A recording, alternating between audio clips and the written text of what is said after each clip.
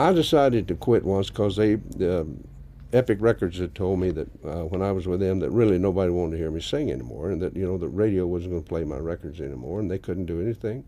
So I said, well, that's all right. I don't even have to work anymore if I don't want to. And then I probably had a little bit of a pity party, kind of hurt my feelings. And then I realized I've never let anybody run me off from nothing, and they're not going to run me off here. I will be standing when all of this is faded out. When they've run it in the ground, in which they're doing. See, record companies and executives and everything, they have a little thing now that doesn't carry over to drawing people. They have people who sell a lot of records, but that's all. And it hasn't. When they go out to do a show, nobody shows up. 300 or 400 people, and you think that they're really big. And they draw 2,000 or 3,000 people, and they give the tickets away to make the big coliseums full.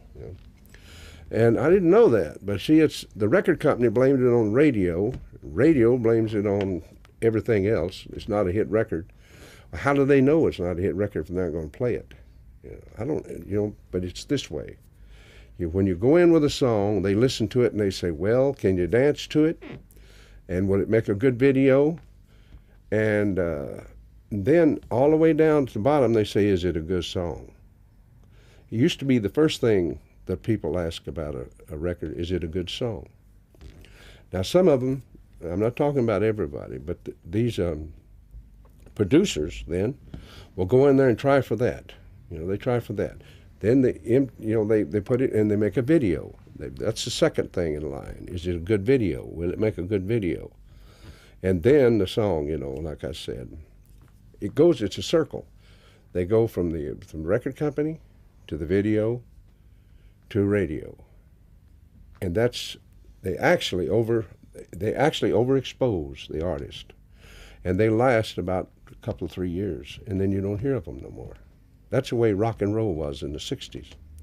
Great group come out with one hit record, and then you never hear. They call them one-hit wonders, But there's some great artists falling by the wayside but they don't care. They really don't. The record companies don't care, and the radio don't care. They say that's not their problem. And they sell 2 or 3 million records and draw 300 people. But see, we've kept our drawing power up. And radio, it doesn't matter, no matter what. If they never play me again, I'm still going to draw 5,000 or 6,000 people no matter where I'm at, and make as much, make as good a living as I want to make. Or if I want to quit, I can. But see, radio has no control over the people, only the charts. That's all they control.